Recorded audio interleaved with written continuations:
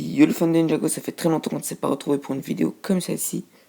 Aujourd'hui, une nouvelle vidéo, analyse et conclusion sur la saison 13, est-elle bonne ou mauvaise?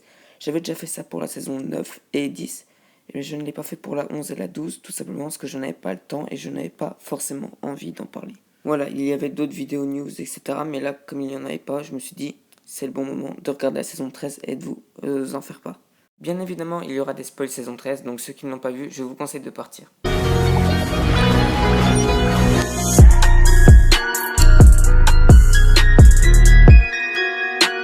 Et yo les fans de Ninjago, on se retrouve enfin pour une vidéo que j'ai vraiment envie de faire.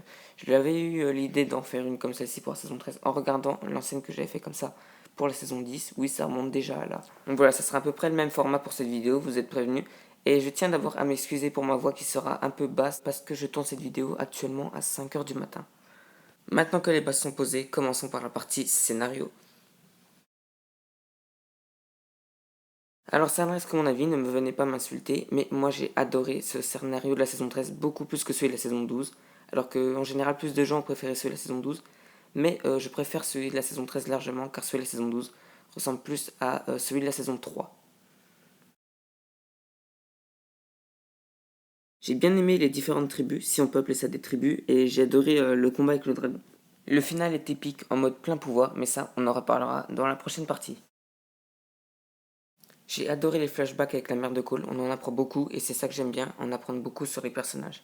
Aussi, je m'excuse si je ne montre des fois des images et pas les scènes en entier, c'est parce que je n'ai pas trop envie de me faire strike et que ma chaîne soit supprimée comme d'autres youtubeurs Ninjago, si vous suivez l'actualité en ce moment. Bref, on a fini avec le scénario, maintenant on va passer à une partie que tous les fans de Ninjago adorent, la partie plein pouvoir. Pour l'instant, nous n'avons énuméré encore aucun point faible. Pourtant, dans chaque saison de Ninjago, il y a des points forts et des points faibles. Alors, y en a-t-il au niveau graphisme? Personnellement, j'ai détesté les graphismes du Skull Sorcerer, et pour la petite info, on dit Skull et non Skull Sorcerer. Bref, je disais, les graphismes du Skull Sorcerer m'ont vraiment choqué et je ne les ai pas du tout aimés. Pourtant, c'est le même graphisme que sur les autres ninjas.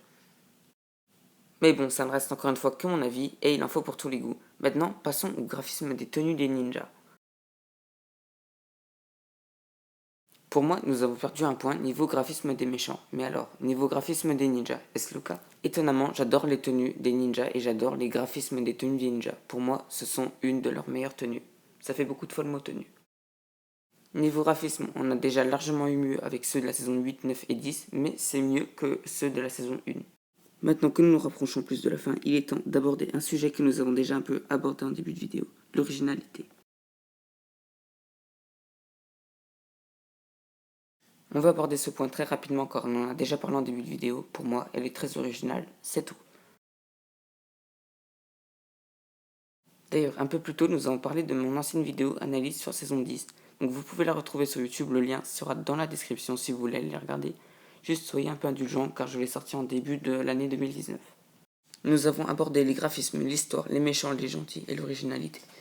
Il est malheureusement déjà grand temps de passer à la conclusion. Mon avis sur la saison 13 cette fois va être bien plus concret et détaillé que celui que j'ai fait sur la saison 10.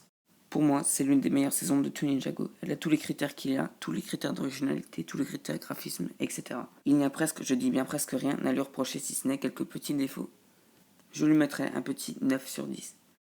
Et voilà, c'est tout pour cette petite vidéo de premier route. J'espère qu'elle vous aura plu. Il fait une chaleur d'enfer et je pense que beaucoup de vous sont en vacances. Une petite vidéo des vacances qui vous fera plaisir. En tout cas, si c'est le cas, n'hésitez pas à liker, partager, vous abonner, me suivre sur tous mes réseaux sociaux et regarder mon ancienne vidéo analyse. Profitez bien de vos grandes vacances avant la reprise. Et moi, je vous dis à la prochaine.